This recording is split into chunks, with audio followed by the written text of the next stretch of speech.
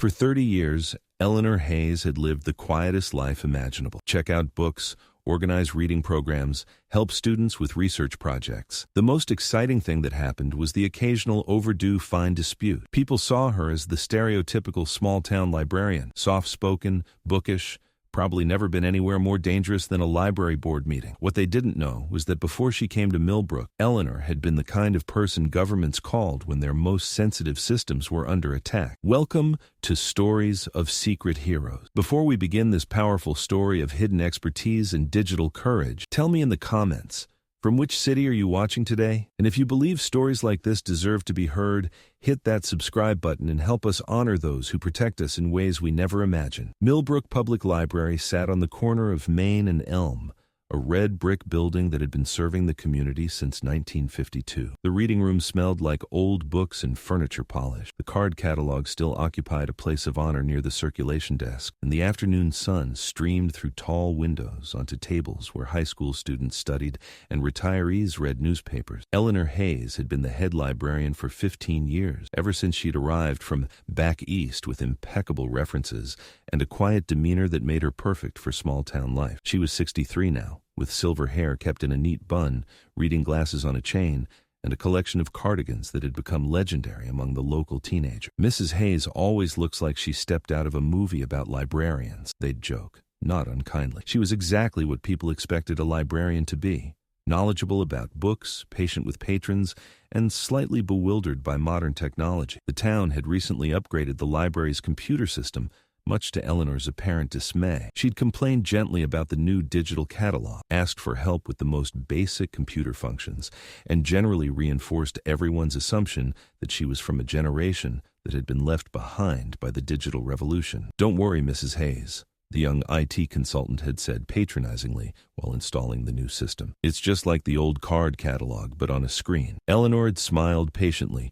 and asked him to write down the instructions for turning the computer on and off. What the IT consultant didn't know, what nobody in Millbrook knew, was that Eleanor Hayes had spent 25 years as one of the National Security Agency's most skilled cybersecurity experts. Before she became the soft-spoken librarian who needed help with email, she'd been Dr. Eleanor Hayes, the woman who designed some of the most sophisticated digital defense systems in U.S. government history. Her transition to civilian life hadn't been planned. A whistleblower case had gone sideways, putting her in the crosshairs of people who made their living selling government secrets. The agency had offered her a new identity, a quiet life somewhere far from Washington's intrigue. Millbrook, population 8 out of 200, had seemed like the perfect place to disappear. For 15 years, it had worked perfectly. Eleanor had genuinely enjoyed her library work. There was something peaceful about organizing information that wasn't classified, helping people find answers to questions that wouldn't get anyone killed. She'd made a life among people who knew her as the helpful librarian who recommended excellent mystery novels and always remembered the names of regular patrons' children. She'd also carefully cultivated her image as someone who was intimidated by technology. It was the perfect cover. Nobody expected the woman who needed help with the copy machine to be monitoring the town's digital infrastructure for vulnerabilities in her spare time. Because Eleanor Hayes had never really stopped being a cybersecurity expert. She'd simply become one who worked in secret, protecting a small town that didn't know it needed protection. It was a Tuesday morning in October when Millbrook learned exactly how much it needed Eleanor Hayes. The first sign of trouble came at 8:47 a.m. when the police department's computer system locked up with a message demanding $50,000 in Bitcoin to restore access to their file. By 9:15, the town hall computers were displaying the same message. The school district was hit at 9:23, and the hospital's administrative systems went down at 9:31. Millbrook was under cyber attack. Mayor Patricia Williams called an emergency meeting for 10 a.m. The usual suspects gathered in the town hall conference room, or tried to, since half their systems were locked down. IT consultant Brad Morrison, who maintained the town's computer infrastructure, looked like he was about to have a panic attack. "It's a ransomware attack," he explained to the room of confused officials. "Basically, hackers have encrypted all our important files and are demanding payment to unlock them. Can you fix it?" asked Police Chief Robert Martinez. Brad shook his head. "This is way beyond my skill level. We need specialists. The state cybersecurity team says they can send someone, but it'll be 3 days minimum." 3 days? Dr. Sarah Chen from the hospital spoke up. We can't access patient records. The school can't function. The police can't file reports. This town will be paralyzed. Mayor Williams rubbed her temples. Options? Pay the ransom, Brad said quietly, or wait for state help and hope these criminals don't delete everything out of spite. That's when someone remembered Eleanor Hayes. Wait, said Councilwoman Janet Rodriguez. Didn't Mrs. Hayes mention having computer experience? Maybe she could help while we wait for the state team. The room fell silent. The idea of asking the elderly librarian to solve a sophisticated cyber attack seemed almost absurd. She can barely send email, Brad pointed out. But she did mention working with computers before she came here, Janet insisted. What do we have to lose? 20 minutes later, Eleanor Hayes walked into the town hall conference room, carrying a cardigan and a thermos of tea. She looked around at the stressed faces and asked, in her quiet librarian voice, "How can I help?" Brad Morrison explained the situation with the patient tone usually reserved for small children. Basically, Mrs. Hayes, bad people have locked up our computers and want money to unlock them. Eleanor nodded thoughtfully. May I see one of the affected systems? They led her to Mayor Williams's office, where the ransomware message dominated the computer screen. Eleanor studied it for a moment, then asked, "Do you mind if I take a closer look?" "Of course, but please don't touch anything," Brad warned. "We don't want to make it worse." Eleanor sat down at the computer and began typing. What happened next would be talked about in Millbrook for years to come. Eleanor Hayes, the woman who supposedly needed help turning computers on and off, began navigating through command lines and system directories with the fluid expertise of someone who'd been doing advanced computing work since before most of the room was born. Her fingers moved across the keyboard with purpose and precision. She opened diagnostic tools that Brad Morrison didn't even know existed. She analyzed the ransomware's code structure, traced its network pathways, and identified its vulnerabilities with the casual efficiency of someone solving a crossword puzzle. Interesting, she murmured, more to herself than to the room. Russian variant, but modified. Probably a domestic group using purchased tool. The room had gone completely silent. Everyone was staring at the gray-haired librarian who was somehow doing things with the computer that looked like magic. "Mrs. Hayes," Mayor Williams said slowly, "how do you know how to do that?" Eleanor paused in her typing and looked up with a slight smile. "I may have understated my computer experience." Over the next 4 hours, Eleanor Hayes demonstrated exactly what 3 decades of advanced cybersecurity training looked like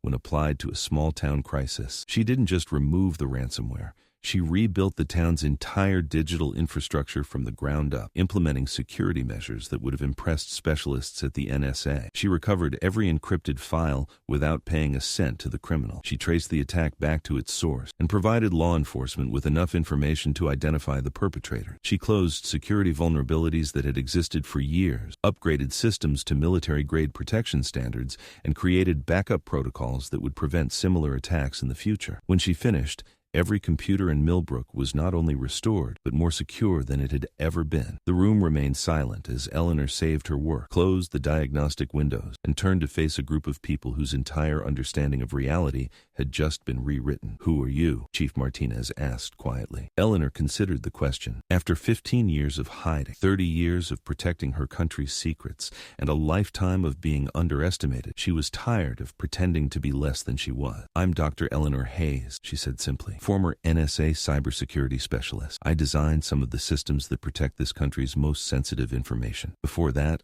I was the librarian who helped your daughter with her science fair project, Chief Martinez. And after this, I'll still be the person who orders new books and runs the summer reading program." Mayor Williams found her voice first. "Why didn't you tell us?" "Because I came here to retire from that world, but I never stopped caring about keeping people safe. I've been monitoring Millbrook's systems for years, making sure they stayed protected. This was the first time I couldn't handle a threat quietly in the background." Brad Morrison, who had been silent throughout Eleanor's demonstration, finally spoke. "You've been protecting us all along." Eleanor nodded. "Small towns are vulnerable to cyber attacks precisely because they don't have sophisticated defenses. I made sure Millbrook was different. The aftermath was handled quietly, the way Eleanor preferred. The official story was that a cybersecurity expert had happened to be visiting and had helped resolve the crisis. Eleanor's real identity remained known only to the people in that room, all of whom agreed that some secrets were worth keeping. But things changed in Millbrook. Eleanor was still the head librarian, still organized reading programs and helped students with research. But now, when the town needed technical assistance, they knew who to call. When other municipalities faced similar attacks, Eleanor quietly provided consultation under an assumed name. The library became an unofficial cybersecurity hub for rural communities across the region. Eleanor trained local IT personnel, developed security protocols for small-town infrastructure, and created educational programs about digital safety, all while maintaining her cover as the friendly neighborhood librarian. She never went back to the NSA. She never advertised her skills or sought recognition for her expertise. She simply continued doing what she'd always done, protecting people who needed protection, organizing information for people who needed answers, and proving that the most powerful guardians often come disguised as the most ordinary people. A year later, when a journalist investigated the Millbrook miracle, how a small town had successfully defended against a sophisticated cyber attack, they found no trace of Dr. Eleanor Hayes. The official records showed only that Mrs. Eleanor Hayes, head librarian, had provided valuable assistance during the crisis by coordinating communication and maintaining calm during a stressful situation, which was, Eleanor reflected, perfectly accurate. She had maintained calm, coordinated communication and provided exactly the kind of assistance the situation required. She'd just done it while simultaneously being one of the most skilled cybersecurity experts in the country. Eleanor Hayes had spent 25 years protecting national secrets and 15 years protecting a small town's quiet way of life. Now she was doing both, one book recommendation and one security upgrade at a time. So I ask you, have you ever met someone like Eleanor Hayes? Someone whose expertise was hidden behind an ordinary job, whose quiet competence protected you in ways you never knew? Share their name in the comments. Tell us their story, because here at Stories of Secret Heroes, we believe the greatest protectors often carry library cards instead of badges. Thank you for watching. If this story moved you, subscribe and share it with someone who needs to remember that heroes come in all forms. Sometimes they're the person who helps you find the perfect book and secretly keeps your entire digital world safe. Stories of Secret Heroes, where the quiet guardians keep us safe in ways we never imagined.